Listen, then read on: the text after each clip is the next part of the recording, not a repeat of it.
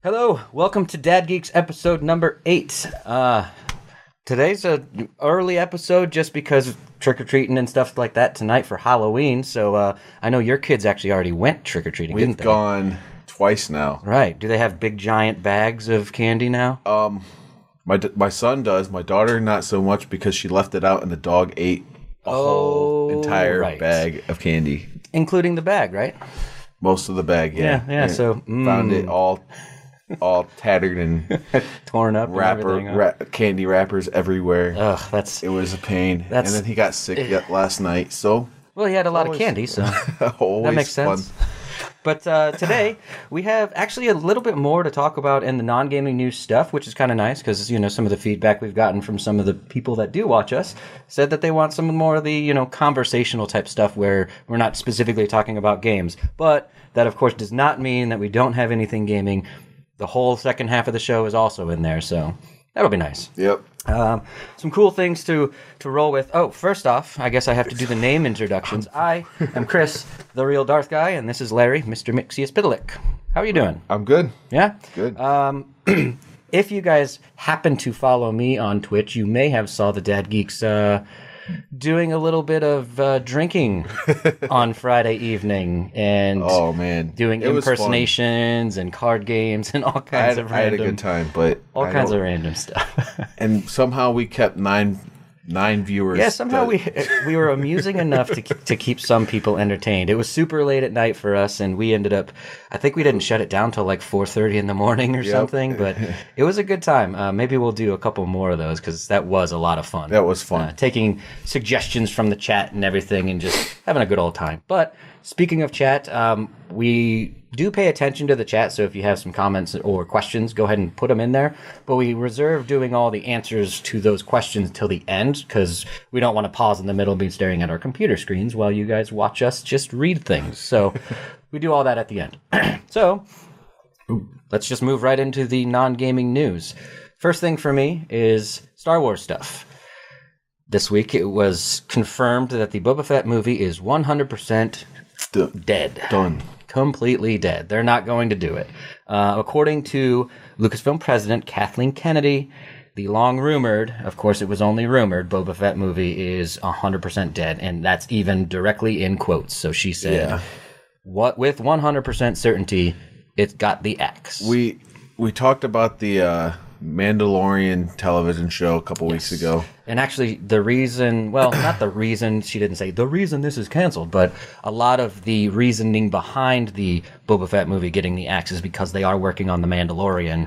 Right. So it makes sense to axe that movie if... Well, you don't want to have two things kind of competing with each other directly. I'm slightly disappointed. I was really looking forward to seeing a Boba Fett movie. I like talking about. He's my favorite Star Wars character. Oh, really? Even though he's so minor, but he does a lot of very important things in the film. And then his dad Jango in the not so favorite episode 1, 2, and 3. And the prequel. But I mean, I would have loved to see it just because, well, he kind of seems like a jerk, and I feel like that would be a darker... Maybe that's also part of the reason, is because it would have to be a little bit of a darker Star Wars flick. I think it would do better than Han Solo. Oh, I completely agree. I still haven't seen Solo yet. I'm going to, and I know we talked about how surprising it is with all the Star Wars stuff that I have, and my name being the real Darth guy. But, I mean, Darth Vader's not technically in the movie, so... Right. Whatever, right? But yeah, the Boba Fett movie, axed, gone. Still excited for The Mandalorian. Still very, very sparse news about it. We got that first image, which we actually featured on our episode 6. And then we got a new image with the actual main weapon that he has, the big blaster. I've not seen it yet. I'm going to have to look it up. Yeah, that was pretty cool. It's Jon Favreau's Twitter normally posts all that stuff. So if you follow him, start following him, you'll get a little bit more news about the Mandalorian. So it's kind of nice. Moving past Star Wars, Do you watch The Simpsons? I used to. I haven't watched it in probably 10 years. Well, that's because, I mean, The Simpsons has been on for so long, eventually you're like, okay, I'm kind of done with this. Yeah. Because it is a social satire kind of a thing, you know? I was a huge Simpsons fan, though, back in the 90s. Mm-hmm. All through high school and stuff. I watched all the way through. I loved the Treehouse of Horrors. Yeah, which they did Halloween a marathon special. of that this week on, I think TBS did it, I want to say. Something like that. Probably. That's usually who does those things. But, you know, it's a social satire kind of a show, right? And it's kind of interesting if you, like, as you grow up, you start, like, catching on to some of the jokes more than just watching the animation and thinking Bart's funny. Right. So they're getting rid of a special character in the store. Welcome to the Quickie Mart, Apu.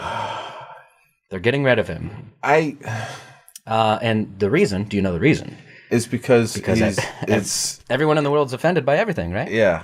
So and he's they're saying it's disrespectful to Indian Americans, is what they're trying of the right words to say. Yeah. But the thing is that the Simpsons' whole show is built around social satire. Every single character on there, from comic book. Look at Homer. He's yellow, but he's this nerd. big, fat, like, stupid home husband that drinks beer and goes to the like. He is also, he could be considered offensive if you really wanted to go far, but like it's all about satirizing. Is that the right word? Satirizing. That sounds weird, but I'm going to go with it. It's all about satirizing the things that are happening in the world right now. So making fun and using the stereotype of the Indian American, I don't think there's a problem there, just because it's not built to offend you. It's built to make you laugh and be like, oh, that's so stereotypical. Yeah, that makes sense. Right. But every character is stereotypical. Right. Like, there's not one character, like the teacher having an affair with the principal. What's her name? Kerfuffle? Kerfuffle, yeah. I think, yeah. I just... Kerbopple. Kerbopple, maybe? That sounds right, too. I think it's Kerbopple. I'm not sure. We'll have to look it up. Hit us up in the chat if you know the actual name, because I'm drawing a blank. I know it's something Kerfuffle, Kerbopple, one of those two. But anyway, I don't like this. Again, we talk about, like, censorship and things like that in media nowadays. Well, I guess it's a big subject because the world is doing that so often now. And it's really getting to the point of, come on, guys. If you don't like something, just don't watch it. It's not everything is built for you, and not everything needs you to watch it. So if you're offended, turn it off. Yeah. Like, just move on. There's some shows that I don't watch because I'm like, nah, this isn't really for me. I can't stand certain comedians because they're making fun of everything that I love and enjoy. Right. But I watch them every once in a while and chuckle because you're like, yeah, that's a stereotype, and that's true. Okay, yeah, right. Yeah, because you should be able to poke fun at little things in your own life or things that you believe in, just because you can't make I don't know. It's the article that I pulled up. It, of course, was blaming millennials because everyone seems to blame millennials, and with some amount of accuracy, true. But the thing about it is, like, why should everything on TV or everything in media or everything pretty much everywhere be catered to everybody? I like the difference because I want to be able to say, I want that, but I don't want that. Right. I have options now. Because if you whitewash everything, like, that's terrible. It is terrible. It should... That's a weird phrase to pick, too. Whitewash. That was a bad one to pick. Jeez. Yeah, it threw me off my... I saw your face, and I was like, why did he do that? And I was like, oh, right. That's probably why. Okay. Anyway. But if everything is the same, it's all bland. Like, right. We're going to get to a point where you can't say anything, and it just has to be, like... everything you have to, like... run it through a PR. We'll just say run it through a PR department and make sure that it's not going to offend literally anyone. Boring. And then it gets boring. Yeah. And it seems sometimes some things are okay to offend and some things aren't okay. Where do you draw the line? Where do you draw the line of what's offensive? Because what's offensive to some people isn't offensive to other people. Right. And then if you're going to bend and break because one group thinks something's offensive, then you start the never-ending snowball effect of now everyone thinks that all they have to do is complain on Twitter or complain on your forums or complain to you directly, and then all of a sudden everything gets changed. So, like, I feel like at some point media needs to take a stand and be like, no, just don't watch. It's okay. Just don't watch it. There's millions of other people who actually do like this and think it's funny. You just don't have to tune in. Sorry. We just have to draw that line in the sand somewhere where we go, you're done. You're done being offensive and you're offended. Vote with your wallet works here. If enough people don't like what you're doing and quit watching it, they'll change it up to try to bring you back or or make it somewhat even. I don't think this is doing that. Because that would be understandable, but it's like the vocal minority always seems to win in these situations. Right. So, because people who enjoy the show, like people who don't care about that and think it's funny, they're not going to say anything. They're just going to sit there and laugh and enjoy the show and tune into the next show when it comes on. But the people that get offended, they're like, oh, I got to pull out Twitter and I got to light them up. And then, the mob mentality of the only couple of people who are offended are all of a sudden making a big stink about it. Well, when back in, I'm reminded of the Super Bowl where Janet Jackson showed her boobie. Yeah, well, technically she didn't. Justin Timberlake showed her boobie. And we had the new word, it was the wardrobe malfunction. Wardrobe malfunction. I'm surprised they didn't call it Nipplegate. Because everything is like the Bend Gate for the iPhone, like just anything that the Puddle Gate for Spider-Man, like everything's followed by gate if it's like some big kind of. But ever since or something that happened, they had literally probably 20 people call in or write in. I thought it was funny. I was like, oop. And complain. I don't know if that was planned. Complain about that. Crap happens sometimes. Yeah. And we've had crappy Super Bowl shows ever since. Yeah, although Lady Gaga was kind of cool with the drones in the background, all changing colors. Lady Gaga was cool. They're starting to get. It's like it's coming back again. It's coming back, but they're ironing out what they needed. They were boring right after. Yeah, it was just a rock show. Yeah, like just a performance in the middle of the stadium. Fun. Yeah, after like that, what flying down? I can't remember who we had. Prince after that. We had.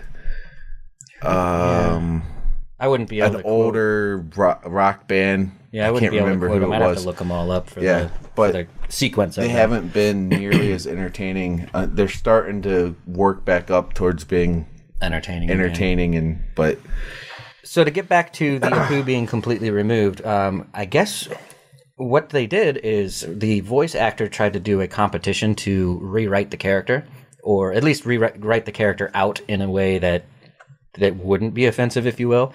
He ran a contest for it, and a doctor from, I can't remember the state, but he won, and it was like, so he owned the Quickie Mart and then ended up like growing his business into some big corporate thing, and then he was successful and he moved out of Springfield and then he was gone. But instead of doing that, which sounds actually kind of like an homage to be like, okay, we know we've been offending you for years, but we're getting rid of him, unfortunately, but we're going to send him out this way. I think that would be fine. Yeah. But instead, they're just going to drop him and he's just gone. So he's just gone. He's just gone. That's so like... They're just going to drop him off the script altogether and then you'll never see him again. That's so weird. Right? Like, because now he's almost a staple in The Simpsons. Right. Like, he's been a part of everything. He was in. I'm pretty sure he was part of the Who Killed Mr. Burns. I wonder if they're gonna mess up with Universal now too, because there's statues of him and stuff like that in Universal, and I think there's even like inside one of the dining halls, there's a section of it dedicated to the Quickie Mart. I'm sure that's going to be done. It's going to be torn down and remodeled. That's terrible. Luckily, places like that can do that in 10 minutes. Sometimes. Right. They'll just be like, overnight, change it. Yeah. And then, bam, it's done. You know? That's unfortunate. I don't think... It's just this never-ending battle with TV and what's offensive and what can be on TV. And it's just like, just let things that are offensive be on TV, because some of us like those things. And then just tune out. Like, there's thousands and thousands of things for you to catch on TV or on YouTube or on Netflix, anywhere you want. There's so much entertainment. Maybe you can just ignore it. Maybe The Simpsons should move to FX Network or something like that. I think they do play reruns on there, I believe. But geez, that's unfortunate. So, question for you, because I know you like the Halloween series. Have you seen the new Halloween movie yet? I am going tomorrow. You're going tomorrow to see the new Halloween movie. I hear it's freaking great. I've got my tickets purchased. Nice. You'll have to let me know. I'm not front and center, but I'm center. Well, you don't want to be in the front because you're like this the whole time, and your neck gets all jacked up and things. So I'm mid center. I've got the perfect seats. Right. I can't wait. That'll. You'll have to let me know. I don't catch a lot of movies in the theaters. I usually watch them when they come out, or I can rent them through. I watch movies that I really want to see in the theaters. Yeah, I think what was the last movie that I did see in the theater? I can't even remember, to be honest. We tried a few times to go see a movie, but it's been we tried to go see Infinity War. Excuse me. A handful of times, but of course, us being the families, we had to go on the weekends, and then everyone and their brother goes on the weekends. It was always sold out, and then we just gave up after a while. Yeah. But we did end up having a couple of fun game nights because we anticipated going to the movies, and then we're like, screw it, let's go to the Giant Eagle and get a bunch of liquor and sit and play cards. Or a bunch of not good liquor. Yeah, that was gross. But we don't have to cover that. But the reason I bring up a Halloween movie is because there's news of LeBron James in talks to be the producer of a reboot. I'm excited about this. Yeah. I'm excited. The last reboot was garbage. I didn't like the. Have you seen the last reboot? No. No. I haven't seen Friday the 13th since I was like a kid. I used to go to my buddy's house and we'd watch them on Friday the 13th when it was happening. But the original ones since then. As corny as they are, I still love those. This new one, they tried to make it darker than what it needs to be. Okay. I didn't like it. I don't mind darker movies like Rob Zombie's Halloween. I was actually just going to bring that up. Did you like that Rob Zombie? I liked the first one. I didn't like the second one. I didn't even know they made a second one. Yeah, there was a second one. See how I follow all where he actually talked in it, and I'm like, no, he doesn't talk. Yeah, that's and you weird. don't, and you see his face because the mask is all ripped, and you see like half his face, and even at some points all of his face. Oh, that's no good. So, which they've shown his face before, but it was like quick. And you could hardly see what he looked like. Okay. But in the second Halloween, they showed it too much, so I didn't like that one. But the first one was amazing. I watched the first one and I liked it. The first Rob Zombie one was really good. Now this one's not a remake or reboot; it's a sequel. It's a sequel. They completely. And it's actually Jamie Lee Curtis and what's the guy's name that plays Michael Myers? It's the original actors. Yeah, it's the original actors. Or at least in the two main parts. The original 1978 Halloween, there were like 3 guys that actually played Michael Myers, not including the boy that played Michael Myers. The little one, okay. But the one that was in it the most, that had most of the action, they pulled him back in. He's coming back in. Yeah. Which I'm glad they are bringing everybody back. And it's a sequel where they're completely killing Halloween 2 through whatever. Nice. So they're ruining the storyline completely. That's all white clean. Okay. And it's a sequel to the original Halloween movie. Okay. And 40 years. I wonder if they... Well, of course, you'll see it tomorrow, but I wonder if they leave it open enough to do another. They've already done it. They're already... Did they already sign up for it? Yes, it's already... Okay. Well, it was also... Jamie Lee Curtis posted, I think it was on her Twitter or whatever, but it's like the #1 female lead movie to come out in like the recent years. Right. So that's pretty cool. Right. That's cool. That's really cool. But getting back to Friday the 13th. Right. So LeBron James and his Spring Hill Entertainment Company are in talks with Vertigo Entertainment to produce it. So he's not going to be like in it. He's not going to be Jason or anything. Right. And LeBron James is probably not going to be like a camper running away from him or something. He's not. LeBron James would be huge. You're not going to see if LeBron James is running from Jason. There's a the big old tall dude is like all buff and everything. He's running away. Right. But LeBron James his name is big enough to cause a stir. Yeah. I think he's been actually getting more involved in the entertainment industry. He's of course, just because he has to. He's going to be Space Jam. Michael Jordan's footsteps, right? Almost completely, right. He's going to be in the next Space Jams, which is a Space Jam sequel. They've talked about so many Kevin Durant was rumored at one point to be in a Space Jam sequel, right? But I really would like LeBron James LeBron James is actually funny in the movie Trainwreck. He only has a couple small he's hilarious. roles, but it's pretty funny the way he portrays his character. I enjoyed that.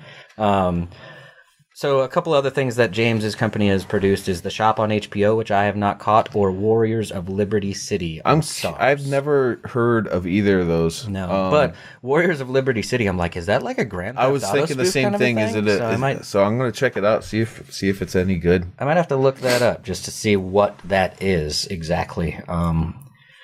Okay. Speaking of offensive characters, so the Simpsons are taking out Apu, right? Because he's offensive. But in another move, another entertainment company, which I should have probably caught who's doing it, Alf is coming back. Yep. Alf. Did you watch Alf when you were a kid? I loved Alf. I only watched a little bit. I still have the stuffed the Alf doll or whatever. Didn't that one talk like Teddy Ruxpin did? They had one that talked, and not like Teddy Ruxpin. It was pull string like this guy. Oh, okay. But, Teddy, just sidebar for a second. Teddy Ruxpin was the creepiest doll ever. The way he just moved his mouth like that. I think it's funny. You could put like any tape, like a horror tape, like a ghost anything. story tape, and you're like, this is creepy. And he'll mouth as the words are coming out. So Alf was actually, I mean, like he ate cats and like drank beer and like he was not exactly a wholesome family show. No, but they masked it enough that to where the adults would catch it and the kids wouldn't. Yeah, and they do that well in The Simpsons too. Yeah. So I'm excited about it. I will watch an Alf unless it's a Red exclusive type thing. Oh, like a YouTube Red. Yeah, I still want to see Cobra Kai. Dang it. Yeah. But so they're bringing Alf back. If you liked Alf, I didn't watch very much of it. Oh, I used to. But I figured Alf. that was kind of funny that they're bringing Alf back and getting rid of Apu. Like Alf is if you think about it, Alf being on screen so much longer would seem to be more offensive than Apu, which is on screen like once every 10 episodes. I'm not sure what's offensive. I can see what people would be offended about with Apu. Yeah, I disagree with. Right, taking him off a show. Just because you can see it, you can, what is it, empathize, I believe. Empathize is when you could, Yeah, right. Empathize. I understand what could be offensive. I don't see anything offensive with an alien who is an adult, old enough to drink, drinking. So weird, but still a stuffed animal. I wonder, hopefully they do the stuffed animal and not like a 3D rendered like CGI version of Alf. That would suck. Right. I wouldn't like that change. No, I'd love to see almost like the original Muppet puppet or whatever. Yeah, was it Jim Henson that did that? I don't think it was. Now Jim I have all Henson. these questions in my head that I should have looked up before the show, but what are you gonna do? I think that would be really cool. And if you remember back in the 80s, they made everything to kids. Like they made a Rambo video game. They made True. You know what I want to see? Rambo action figures. So bring back dinosaurs. Dinosaurs was awesome. Bring back dinosaurs. Yep. I love that show. Although the way they killed them off. Yeah, that's true. Yeah. But spoiler alert. Hey, we live in a world where just because you're dead doesn't mean you can't come back. Right. That's how it works in our world now. You can bring them back and just say, "Oh, it's a reboot," instead of being a sequel. Yeah, we're just redoing the story. Well, Alf lasted for a long time. He had his own talk show. Did he? I don't remember back in the early 2000s. That's crazy. He had his own. I'll probably watch it. I probably will. So let's move on to gaming, because we love it, and our logo suggests gaming. So the first thing I wanted to cover is Shadow of the Tomb Raider came out at a very, very bad time for a video game to release, right? Right in the middle of all kinds of big, giant, blockbuster-type games. And within 2 months of its release, it went on sale for like 34% off. Now, it was getting review bombed, as they were calling it, and that's basically saying, okay, so all these people are going to go review it, and they're going to drive the score down because they're frustrated at the fact that there was a discount, right? Which I think is crap, because a lot of people were saying, a lot of the good scores that reviewed it prior to it being dropped in price said it was a good game. It wasn't the best Tomb Raider, it wasn't the worst Tomb Raider, but it was a good Tomb Raider. So it deserves a good score if it's a good game, right? So these people are reviewing this game purely on the fact that it went on a discount, and they're like, oh, this is crap. I bought it at full price. Drive the score down. And I'm like, well, that doesn't make any sense to me. Because, like, I know that if I buy something on release date, eventually it's going to be cheaper. Right. Sometime. Yeah, it may be a little frustrating how quickly, but right now, we are on the cusp of Christmas season, right? Everything's going to be cheaper. If you buy something right now, you willingly make that sacrifice and go, well, I want it now. I don't want to wait until it goes on sale because I want it now. So it's very weird to me that people would just go in there and just dive bomb this score just because they're mad because they paid a little bit more. I mean, part of me thinks it makes sense, but the other part of me is like, don't do that. Don't be that guy. Yeah, you shouldn't poo-poo on something that's good just because you're mad that you paid full price. There was also a lot of people mad when was it Arkham? Was it the Batman games? I think it was the Batman games or some. So I think it was the Batman games all came out re-released together at a cheap, cheap price. Right, the Return to Arkham. It was the Mortal Kombat games. Also came out, like, you could buy the whole Ultimate Edition. Ultimate Edition for super cheap. Well, that happens with Street Fighter all the time. That happens with pretty much any fighting game. If they give you character passes, eventually you know that it's going to go on the Ultimate version and you're going to get everything. Yep. So, like Street Fighter, I've spent so much in Street Fighter character packs and everything, and now the Season 1 character pack, which I bought for $30, is $5. Right. But I got it the day it was released, and I got the characters as they were coming out. So it's one of those things where you pay for early access on literally everything in the world. And I figured it out. It wasn't Mortal Kombat, it wasn't Batman, but it was a combination. It was the Injustice, the first Injustice game. Okay. Got released with all the characters unlocked and everything, and it will cost just as much as buying them as they were releasing. No, you paid more if you bought. Oh, okay. And they released it as a regular. Yeah, so you'd pay $60 and then like $30 for one package and $30 for another package, and then they released the whole package for 60 or 50 or something like. Right. See, I don't find that to be a bad thing, because like you just know for a fact that's going to happen. Because like if I buy something right now on release, so if I buy Red Dead Redemption 2 right now, I bought it because I want to play it now. I can wait for 6 months and it'll probably go on a sale of some sort, and then I can get it for 30 or 50 or 40, whatever. You say that.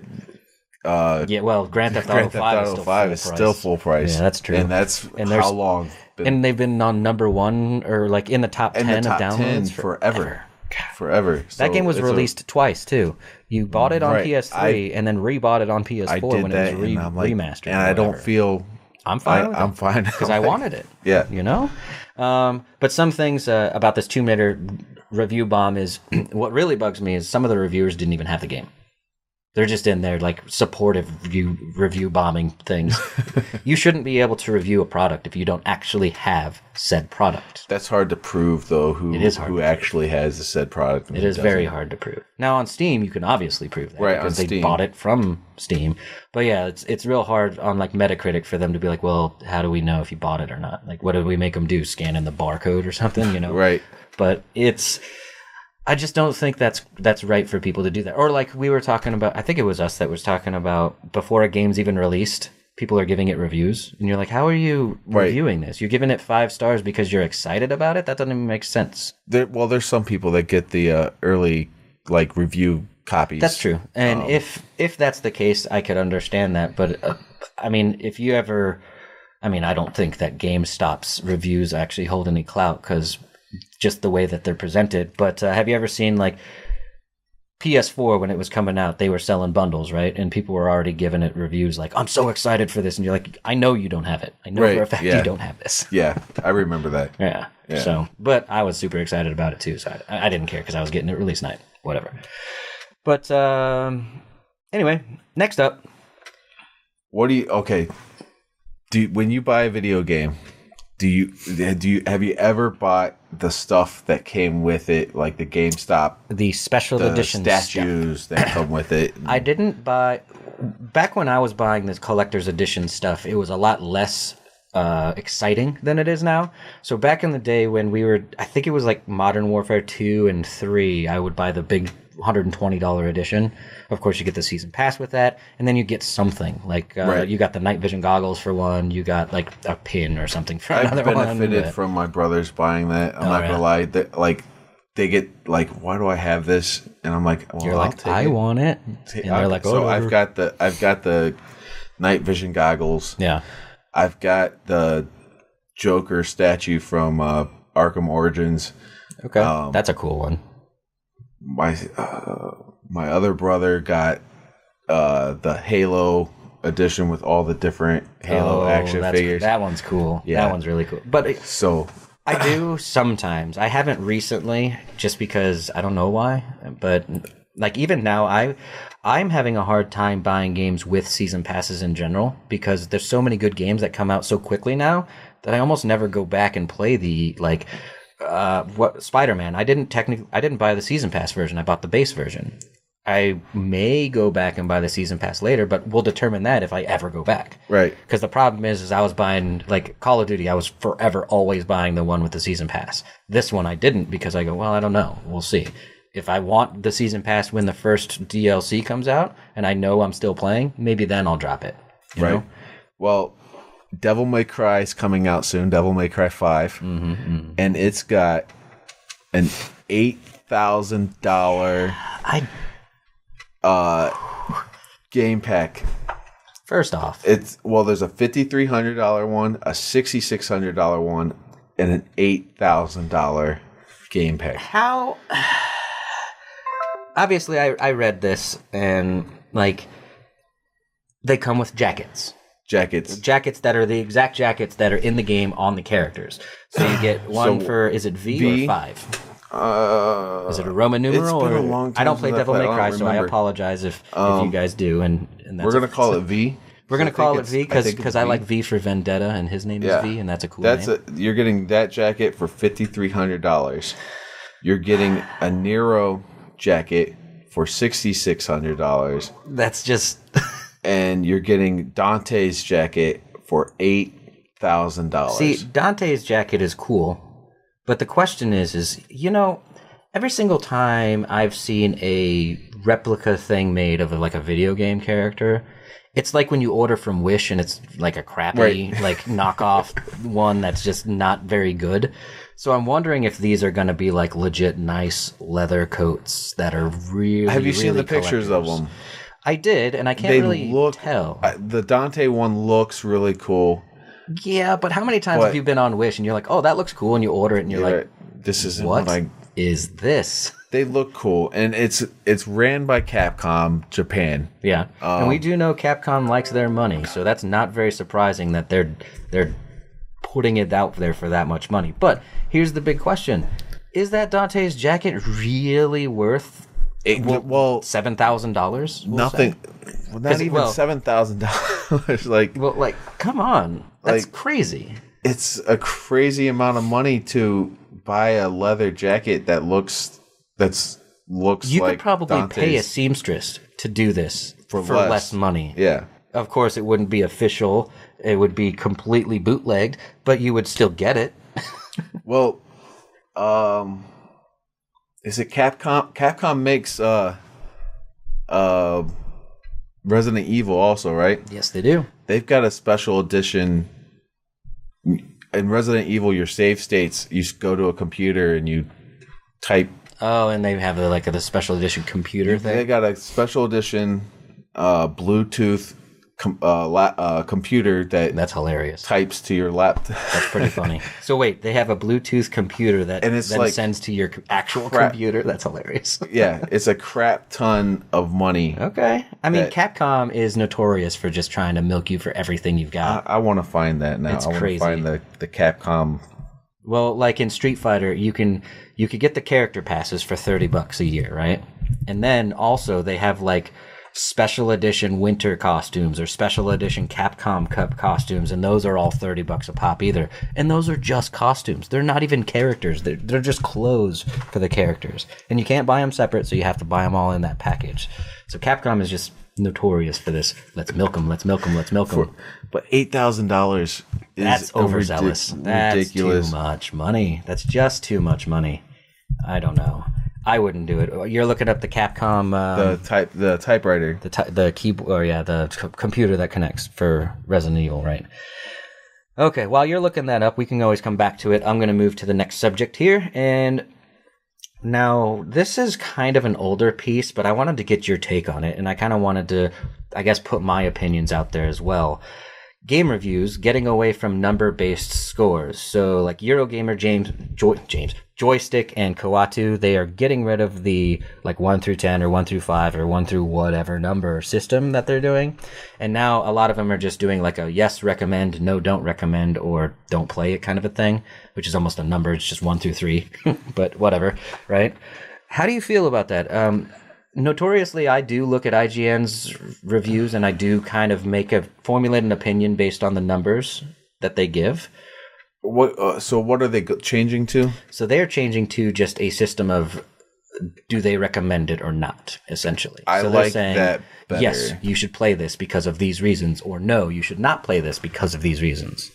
I think you should I don't like the number system because there's no like scientific, you're just like giving a number to the... I agree with you, because how do you rate your experience based on just an arbitrary number on an arbitrary scale that you're like, well, I don't know what high and I don't know what low is. I obviously know that high is games that are great. Like when you go to the doctor and they like rate your pain on a scale 1 to 10. Like what? No, they don't even do that. They're like, rate your pain on this scale of face charts. Well, that's better than you're like, yeah, I think this little they frowny do that face for the kids, but for the adults, they're like on a one. The last time I was there, which was recently, what's your right? Because especially that doesn't make any sense because my pain tolerance is different than your pain tolerance. I don't know what a 10 feels like. I don't know if I want to know what a 10 feels like. Right. So. I'm hoping I never feel a 10 or haven't yet. God, I don't want none of that. Right. So I don't. So rating like, with a number 5? Scale. Maybe we'll rating just stick in with the a middle. Number scale. There's no scientific way they do it. I don't think any company has a formula. Right. They just tell you. They tell their writers. Well, it's based on the writer's opinion. So, and then IGN used to be more consistent with their reviews, where it was like the same people all the time. But now there's such a wide range of all these reviewers that they do have available in their bucket of reviewers that sometimes you're just like, I don't even know who this guy is. I've never heard this guy's name ever. Why is he reviewing this game? Right. So it's.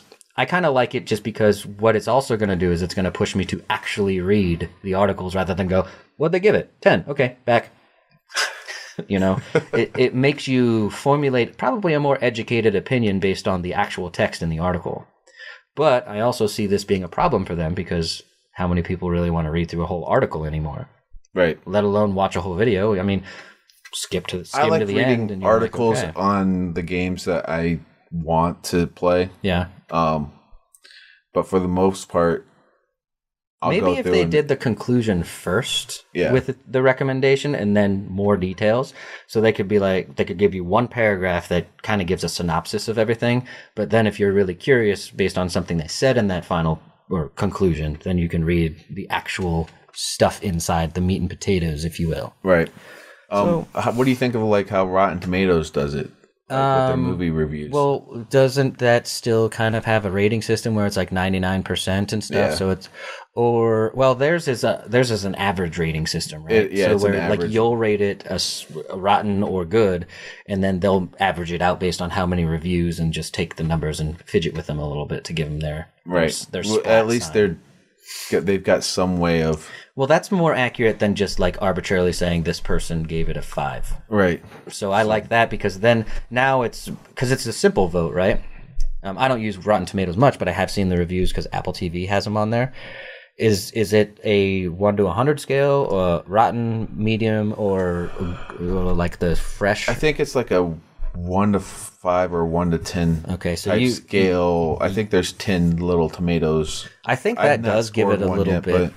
I think that gives it a little more accuracy, just because now you're not just going off of one single person's opinion. You're going off of a mass amount of opinions, and then you're averaging it out based on. And they do it by professional reviewers right against your normal everyday customer. Okay, reviews. that's kind of cool. Okay, I could deal with that. It's still I guess the problem I have with your normal everyday customer reviews is the fact that for any reason, if anyone gets a little bit angry about something, they're like, one.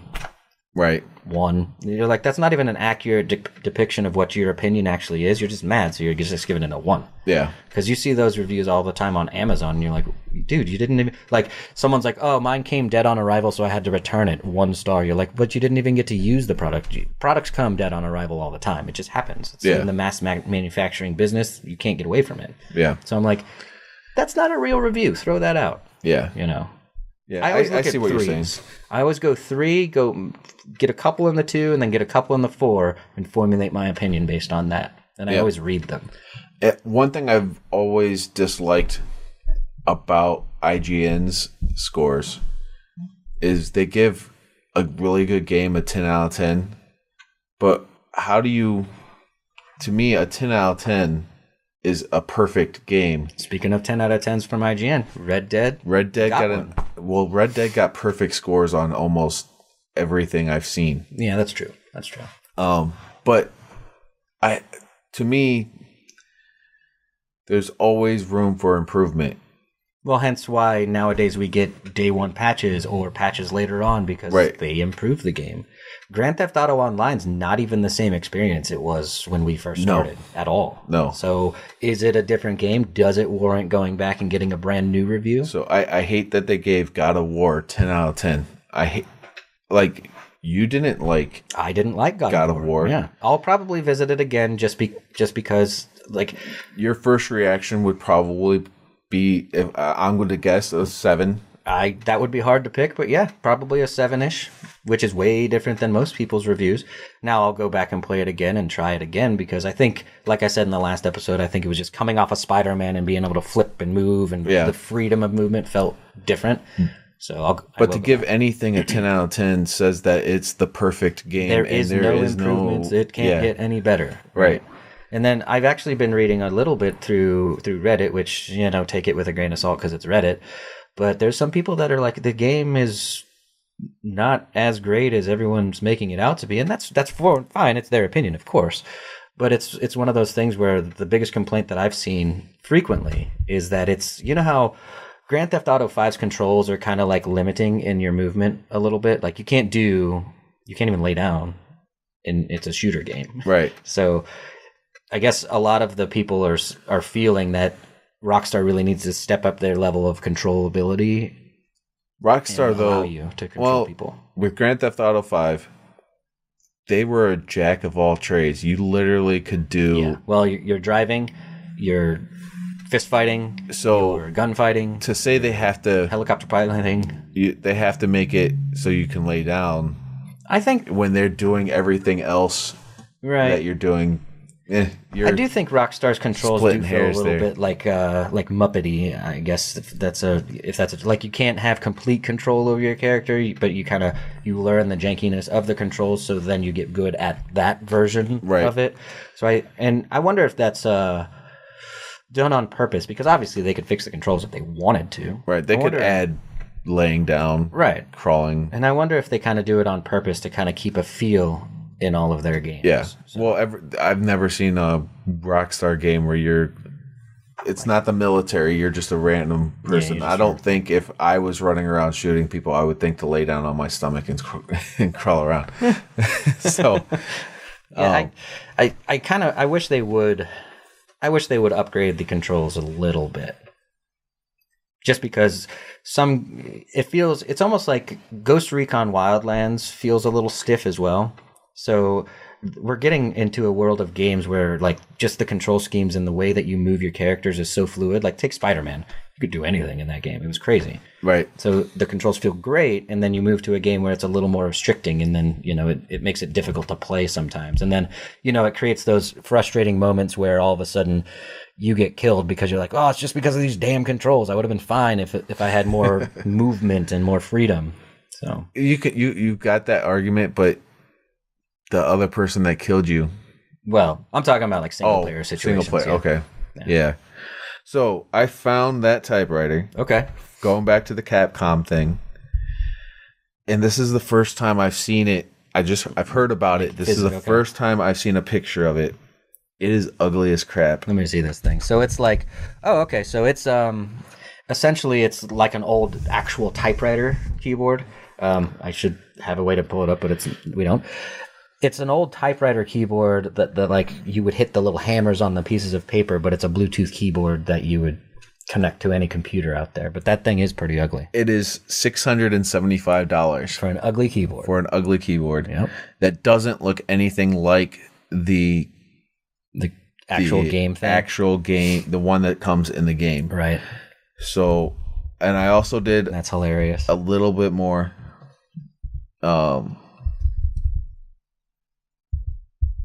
See, they're advertising. Oh, okay. So they put a picture of it with in game, and then what it looks like in person. And it's completely a different color. So the keyboard in person is black with silver rings around the keys and everything. Well, but the one in the game kind of looks more like a gray. I've never seen this computer like I feel like this was made for this promotion because everything I've ever seen was the big bulky typewriter, like 1940s, like the actual typewriter body and everything. Okay, so I've never seen this thing. Well, maybe there's it's connected to a computer, right? So it doesn't look anything. It's not like accurate. It's not accurate. So next subject, game reviews. Get off that subject, but Hawaii. I don't know. I didn't know how to pronounce it. Japanese company. Hawaii makes a phone to compete with the Nintendo Switch. And, bold words here, they think that it's 20 times better than the Nintendo Switch. Now, that's just a number based on performance. So, here's some of the performance things. It's called the Mate, and it has a 7.2-inch OLED screen with 1080p resolution, which is more than the 720p of the Switch. Yep. It has 6.67 hours of battery life, as quoted by them, and they said that the Switch only has 3 hours. But I would be willing to guess that when they compared this damn thing, they probably put that phone on like a start screen of a game, and they were probably running like Zelda on the Switch. I'd like to see if it's a true 6 hours worth of actual gaming like the strongest game. Which, by the way, what game? Because they're not exactly a Nintendo with Zelda on there. Right. I don't know of any major game producers. Like, I don't think Rockstar is going to put Red Dead on there, you know? No. But Rockstar's not putting Red Dead on Nintendo yet either. Right. So they're playing Bejeweled versus Zelda, and they're like, this is way better battery life. Right. I'd like to see it. The screen resolution is better. Well, there is that rumored upgrade to the Nintendo Switch that's potentially coming out too. Yep. So maybe we'll get a 1080p screen then. Overall, I don't know how a phone can compete with. Processor and everything wise, I can see it, of course. But technically, your phone and my phone are both stronger than the Nintendo Switch. But the developers, the support, you're not. You can release the greatest console ever, but if you don't get any developer support, you're dead. It also has the attachable gamepad thing, which is kind of Switch Joy-Con-esque, but it just plugs in on one side, not the other. You only have the one. So you only have one analog and a D-pad. So I don't even know. And then you touchscreen everything else. Yeah, that's not better.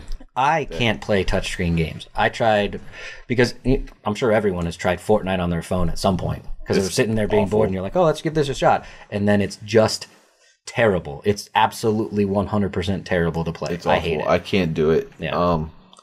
It's a bold statement saying it's 20 times better than the Switch. And actually on stage, they had their phone and the Switch side by side. So they're targeting. Yeah, they're targeting. I hope the Nintendo comes and just knocks this. I hope Nintendo goes, oh, your 1080p screen, right? The Switch Pro's out now. Play Mario at 1080p. Yep. What game do you have again? Right.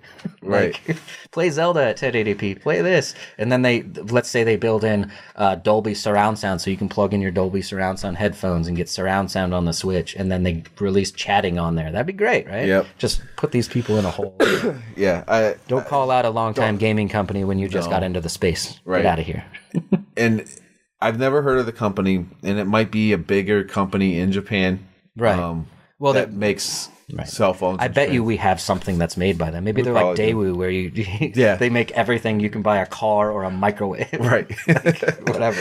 So it's they need to get out of here with that. Yeah, I don't think they're gonna even compete in the space, because there's right now, if you want a portable system, you buy a Switch. That's it. Yeah. Like, if you don't want to have a system, you have your phone, and that's what everyone plays on.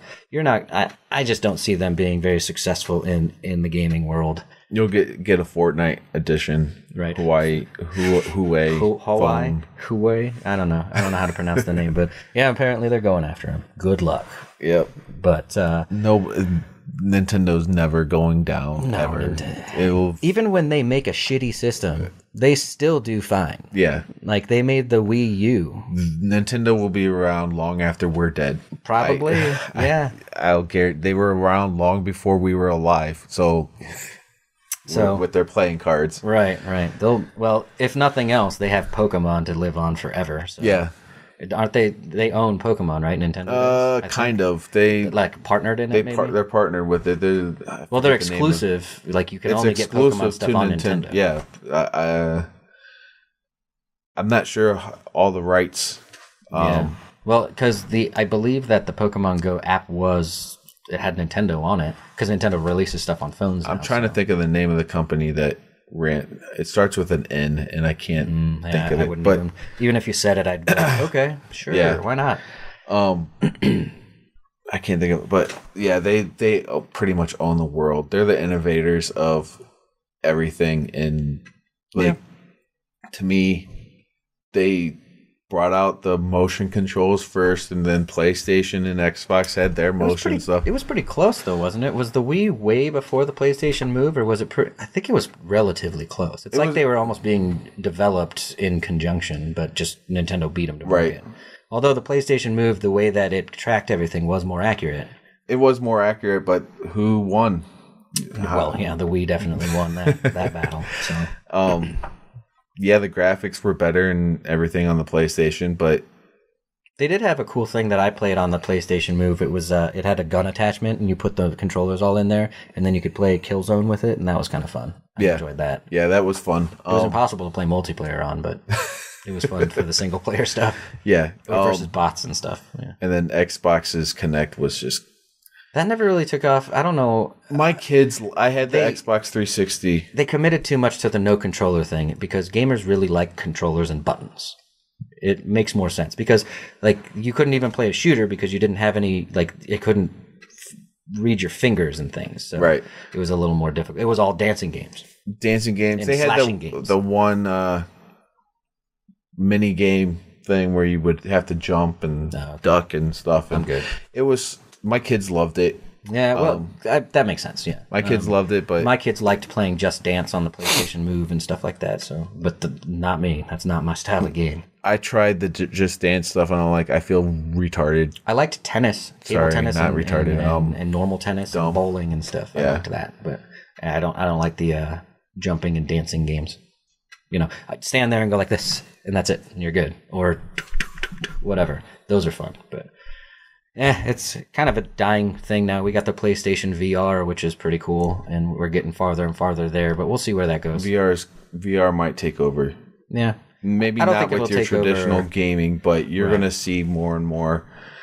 Once they get brave with the games, the problem is they have to, like, I guess they have to train people's minds to get rid of the motion sickness, because if you're able to move a character, a lot of the time people get sick because, like, they're not physically moving, but their brain feels like they should be. When I think it will be more of a going to a place. Oh, okay, like a VR room, like a VR. What's the X-Men thing? The danger room. The danger room. Yeah. You just walk into this big weird room, and all of a sudden, well, you put in laser tag and put a VR helmet on. Yeah, there you go. And then you've got the room to put. The only problem is sensors everywhere. It's like obstacles and things, like physically feeling them, and it's you could, if you put the walls up, you can put a skin. Yeah. Over the walls. And have you ever seen that big treadmill that like rotates and everything, and you can like run on the treadmill? I've seen those. I think I would love to have one, But so much money, I'm sure. I think I would be 5 times smaller if I had one of those. Right, if that's how you had to play games. Like, yeah. Everyone's all skinny and fit.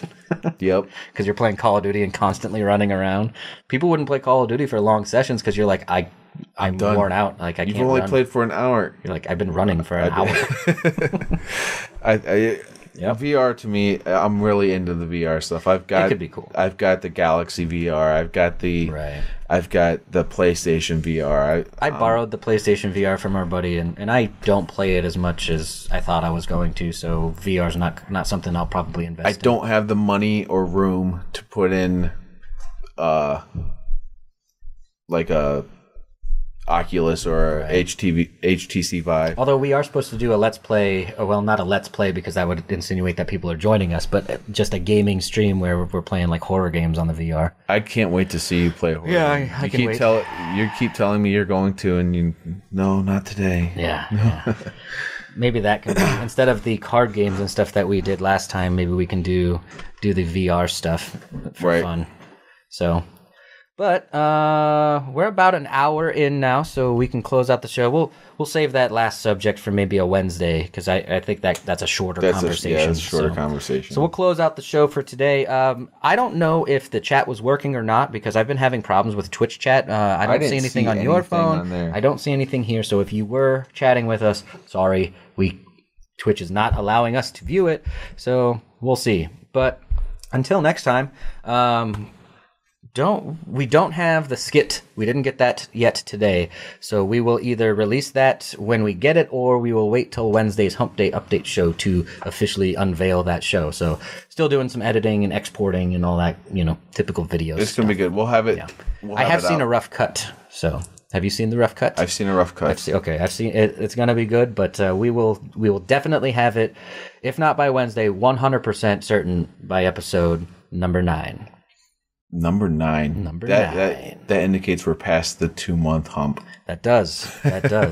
Technically, we are right now because we skipped that 1 week on the second week of the show. But until next time, hit us up on Twitter, Instagram, Facebook. We don't use Snapchat or anything like that, but we're at Dad Geeks on absolutely everything. Throw us a follow if you can. We're trying to reach that affiliate status so we can actually get subscribers and start building this stream a little bit more and more. You can chat with us on Discord too. Chat with us on Discord. We if you go to discord.dadgeeks.tv, it will give you that invite there, or we are also pretty active on the Twitch crew as well if you want to see us on there. But I have nothing else. Do you have anything else? No. Have a good day or good week. Yeah, gonna go watch some football, do some trick-or-treating tonight. Hopefully the Browns are whomping the Steelers. Probably not, but we'll check on it after we're done here. But until Wednesday, we'll see you later. Thank you. Bye.